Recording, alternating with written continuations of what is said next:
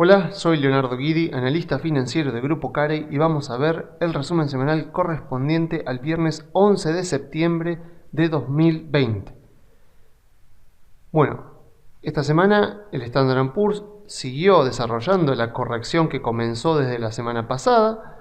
Como vemos, el mercado sigue bastante volátil, pero volvemos a recordar que esto es apenas una corrección de mercado, algo absolutamente normal después de toda esta suba que hemos tenido desde finales de junio. Era saludable que el mercado haga una toma de ganancias o incluso una corrección como estamos viendo en este momento. Y bueno, como ya habíamos comentado la semana pasada, las correcciones de mercado suelen surgir de la nada, como pasó con esta, por supuesto, o sea que de un día para el otro viene la baja y se profundiza, o también, como pasaba el año pasado con los tweets de Trump sobre los aranceles hacia China, las correcciones de mercado a veces ocurren por una respuesta exageradamente negativa a un hecho que, aún siendo negativo, no tiene el impacto que el mercado parece estarle dando. El año pasado, por ejemplo, Trump ponía aranceles a China o subía los aranceles a China en montos que eran relativamente pequeños para la economía de esos países, y sin embargo veíamos una baja del mercado de un 6, un 7%, a veces incluso un poco más. Entonces, la baja del mercado era exagerada para el impacto económico que tenían los aranceles de Trump. Y bueno, como siempre pasa, por supuesto, con las correcciones, así como comienzan, también terminan. En un par de semanas o incluso en un mes, 2 meses, las correcciones terminan. En el peor de los casos llegan a durar 3 meses y después la suba continúa, porque recordemos que nos encontramos en un mercado alcista. Y en este caso, en esta corrección, por supuesto, como siempre sucede, a posteriori, una vez que la corrección ya comenzó, aparecen, por supuesto, en los diarios, en los analistas de mercado, las explicaciones que dan el fundamento de por qué el mercado está bajando. Parece increíble, ¿no? Que uno diga, bueno, las correcciones surgen así, surgen de la nada, pero siempre vas a encontrar a gente que le trata de dar una explicación. En este caso, el New York Times fue el que trató de darle una explicación a esto, diciendo que SoftBank, que es un conglomerado tecnológico japonés que hace casi las veces de fondo de inversión, parece que medio que especuló, podríamos decir, con calls, con opciones de compras de empresas tecnológicas, principalmente Apple y Tesla. Parece que invirtió 4.000 millones de dólares en calls de estas empresas, que equivalían más o menos a 50.000 millones de dólares en acciones. Entonces, lo que dice el New York Times es que, bueno, eso retroalimentaba la suba, porque, claro, las personas que lanzaban las opciones después tenían que salir a cubrirse en el mercado, y la forma de cubrirse es comprar la acción, con lo cual eso hacía subir más los precios de las acciones tecnológicas. Y bueno, retroalimentaba la especulación hasta que, como pasa siempre, eso se termina. A ver, la explicación parece bastante creíble, incluso parece bastante probable, pero adolece de lo que se llama el problema de la escala, ¿no? O sea, si yo miro las tecnológicas, lo que se llaman las FANG, y le agrego Tesla también, que fue gran protagonista de los últimos meses, lo que podemos ver es que la capitalización de mercado de todas las FANG, y unida Tesla también, es de 6.53 billones de dólares, lo que serían trillions en inglés.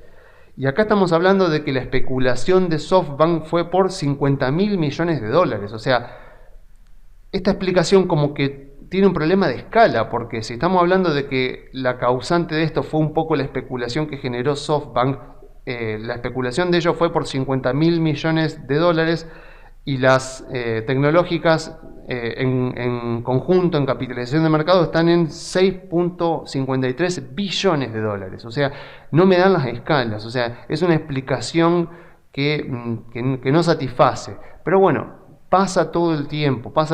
Siempre que veamos alguna corrección de mercado, va a aparecer gente a tratar de explicarla, cuando simplemente es eso, es una corrección de mercado. Los mercados se mueven así, y de la misma manera que comenzó la corrección de mercado, en algún momento termina. Lo que no tenemos que olvidar, por supuesto, es que esto es un mercado alcista. Entonces, es verdad que ponemos el foco en las tecnológicas porque son las empresas que están liderando este mercado alcista y que, en mi opinión, van a continuar liderándolo, pero lo cierto es que para que un mercado alcista se produzca, no solamente tiene que subir un sector del mercado, sino que todos los sectores del mercado tienen que subir. Por supuesto, algunos lo harán en una mayor proporción que otros. Y la preocupación, por supuesto, en los mercados de capitales pasa cuando hay un sector que se despega demasiado de los demás y uno ve que un sector sube muchísimo y los otros no. Que es lo que pasaba, por ejemplo, en la burbuja de las .com. Justamente era una burbuja porque uno veía que había un sector puntual con características muy específicas que estaba totalmente desapegado de todo el resto del mercado. Entonces, el riesgo, por supuesto, uno puede decir qué está pasando acá si las tecnológicas están comportándose de la misma manera. Bueno, podemos desglosar al Standard & Poor's por sectores y ver qué fue lo que pasó tanto en agosto, por ejemplo, como desde el 23 de marzo, que fue el día en el que se inició este mercado alcista, hasta el 7 de septiembre, que fue esta misma semana. Fíjense que el mes pasado la gran mayoría de los sectores subieron, así que no estamos hablando de que la especulación de agosto con toda esta suba que vemos acá en agosto, donde casi no hubo días de bajas, fue provocada por las tecnológicas. No podemos decir que fue provocada por las tecnológicas porque los datos me dicen que todos los sectores, salvo dos, subieron, pero más aún si yo miro desde el 23 de marzo en adelante, fíjense las subas que han tenido los diferentes sectores. Acá hay que ver que el principal sector, el que más ha subido, es el de consumo discrecional y no el de las tecnológicas, que subió 68.3, pero hay que tener en cuenta que para la categorización de las acciones en Estados Unidos, Amazon, que para nosotros es una empresa tecnológica, para el mercado, o para, mejor dicho, la metodología de clasificación de los mercados, está calificada como empresa de consumo discrecional porque el 50% de sus ingresos los obtiene del marketplace, o sea, de Amazon.com. Entonces tengan en cuenta que acá en consumo discrecional está metida Amazon, que por supuesto ha hecho una gran colaboración en la suba de este sector porque ha llegado a subir más de un 80% a lo largo del año. Así que fíjense que tanto el sector de consumo discrecional, donde está Amazon, como el de las tecnológicas, son de los que más han subido, junto con el de materiales, donde tenemos acá también al oro y la plata, que también han subido bastantes. Entonces, ¿qué vemos acá? Vemos una suba generalizada de todos los sectores. Por supuesto, hay algunos sectores que suben más que otros, pero en general vemos que desde el 23 de marzo todos vienen subiendo. Entonces, no podemos decir que esto es una burbuja tecnológica, que esto es un mercado que está privilegiando a algunos sectores nada más, que hay una especulación específica en un sector y que los otros están totalmente despegados de lo que sucede en el sector tecnológico, por ejemplo, porque lo que vemos acá es que los números nos dicen que esta es una suba generalizada de todas las acciones. Y de hecho, si miramos las 500 acciones que componen el Standard & Poor's, el 99% de ellas están en precios mayores a los que estaban el 23 de marzo. Así que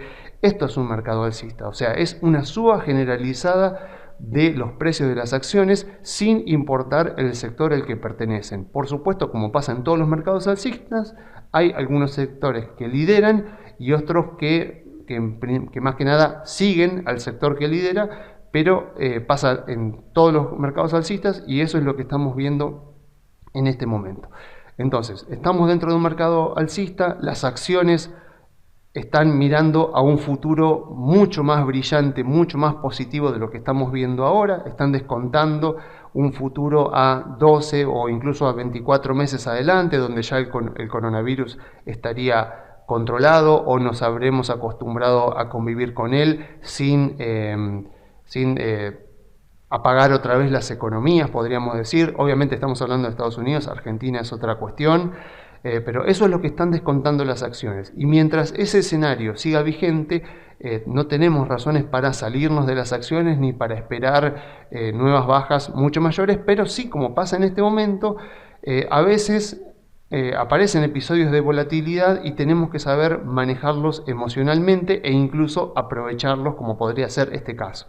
Y para eso es muy importante y muy interesante que entendamos cuáles son las características de la volatilidad para que no nos agarre desprevenido y para que más que nada no seamos muy imprudentes. Entonces, ¿cuáles son las características de la volatilidad? Son principalmente dos. O sea, la volatilidad siempre revierte a la media. O sea, si yo miro, por ejemplo, el VIX, vamos a ver el VIX, que en realidad yo debería utilizar acá la volatilidad histórica del Standard & Poor's y no el VIX, que calcula más que nada una volatilidad a futuro a través de las opciones. Pero bueno, este es el VIX. O sea, en definitiva es volatilidad, así que cumple con las mismas características. Fíjense, en este momento está más o menos en 28% la volatilidad esperada del Standard & Poor's. ¿Qué es lo que nos dice las características de la volatilidad? Que la volatilidad siempre revierte a la media. ¿Cuál ha sido históricamente la volatilidad del Standard & Poor's durante los últimos años? Más o menos un 18%. Entonces yo tengo que pensar que eventualmente la volatilidad converge a ese valor, ya sea o que esté muy baja o que esté muy alta. Fíjense, por ejemplo, cómo se ha ido moviendo la volatilidad.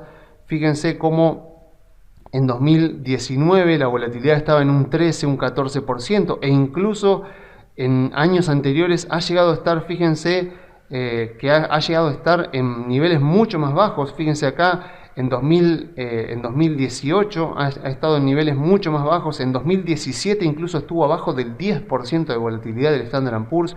Obviamente cuando la volatilidad está tan baja es esperable que en algún momento suba, y si la volatilidad sube lo más probable es que las acciones caigan, porque las acciones suelen caer con mucha más volatilidad con la que suben. Entonces fíjense, en este momento la volatilidad está inusualmente alta. Fíjense lo que fue la volatilidad de la caída que tuvimos en febrero y en marzo, pero fíjense cómo poco a poco va convergiendo y eventualmente convergerá al 18%. En este momento vemos que estaba otra vez cerca de un 20%, acá hace un mes, apenas un mes atrás estaba cerca del 20% y ahora volvió a subir.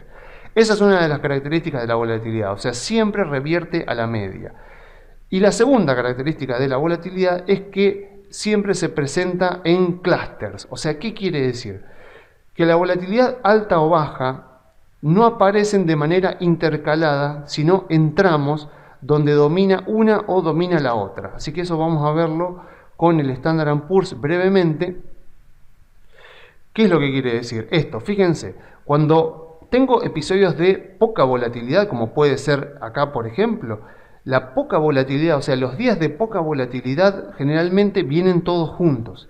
Y cuando aparece la volatilidad, que es por ejemplo lo que estamos viviendo ahora, lo que yo tengo que esperar es que haya alta volatilidad un día tras otro. O sea, vino un día de alta volatilidad y después los días que siguieron en general son de alta volatilidad. Y eso es lo que tenemos que esperar. Cuando aparece la alta volatilidad, lo más probable es que perdure por algún tiempo. Y cuando vemos episodios de baja volatilidad, también es esperable que perduren durante bastante tiempo. Y fíjense, por ejemplo, lo que pasaba en febrero-marzo. Fíjense lo que fue la volatilidad. En algún momento, por supuesto, el mercado frena.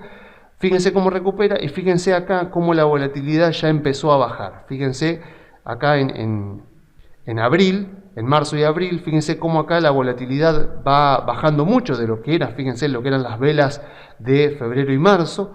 Y fíjense cómo inmediatamente la volatilidad va bajando y eventualmente fíjense cómo baja. Y tenemos periodos de muy baja volatilidad hasta que de golpe viene un día de mucha volatilidad.